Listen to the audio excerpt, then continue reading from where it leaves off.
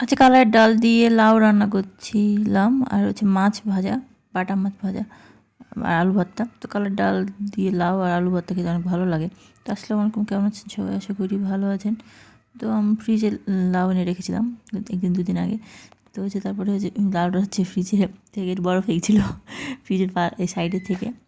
তারপরে তারপরে হচ্ছে কালার ডাল দিয়ে রান্না করবো। তো লাউগুলো কেটে নিয়েছিলাম, তারপরে কুচি কুচি করে কেটে নিয়েছিলাম, ছোটো ছোটো করে। তারপরে ধুয়ে নিয়েছিলাম, যেহেতু আমি ডাল দিয়ে রান্না করবো, পানি বের হবে। আর কালার ডালটা দোকানের একটু ময়লা থাকে আর খোসা থাকে, তো আমি একটু ভালো করে ধুয়ে নিলাম।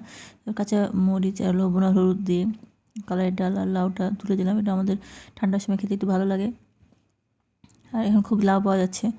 তো আর এই লাউয়ের তরকারিটা আমার খেতে বেশি ভালো লাগে, অন্য কিছু দিয়ে হয়তো ভালো লাগে না। তো পানি দিয়ে দিলাম, দিয়ে সিদ্ধ করতে দিয়েছিলাম। তো এই সিদ্ধ হয়ে গেল।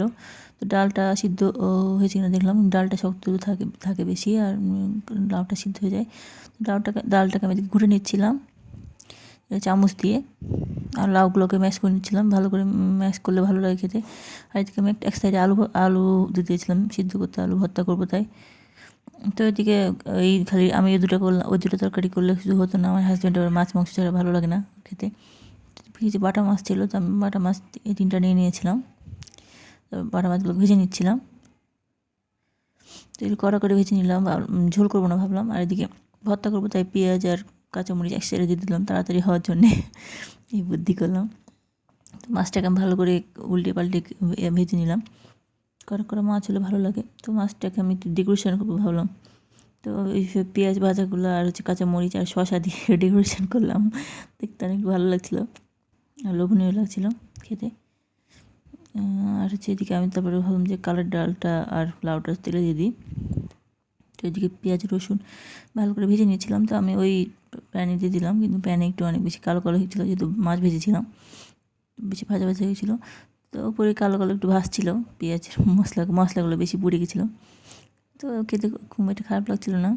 তো আমি এভাবে তেলে দিলাম। তো এই তরকারিটা আমার অনেক ভালো লাগে খেতে, লাউ দিয়ে কালের ডাল। সেদিকে জিরা গুঁড়া দিয়ে দিলাম, একটু ধনিয়া গুঁড়া দিয়ে দিয়েছিলাম।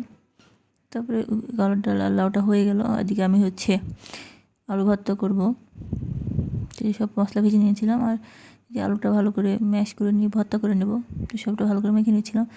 ভর্তাটা হয়ে গেল। তো এভাবে করলে বেশি থাকলে নষ্ট হয় না খুব একটা। তারপরে বিকালের দিকে আমার হাজব্যান্ড মোগলাই পরোটা নিয়ে আসছিলো। এই যে মোগলাই পরোটা আর যে টক দেয় একটা, তো খেতে অনেক ভালো লাগে। তো খেয়ে নিচ্ছিলাম এভাবে টকটা অনেক মজা লাগে খেতে দিয়ে। তো আর হচ্ছে আমার ছেলেদের জন্য জুস নিয়ে আসছিলো। তারপরে আমার ছেলেরা বাইরে বাবার সঙ্গে গেলে কিছু না কিছু নিয়ে আসে। তো ভিডিওটি এ পর্যন্তই, সবাই ভালো থাকবেন, আল্লাহ হাফেজ।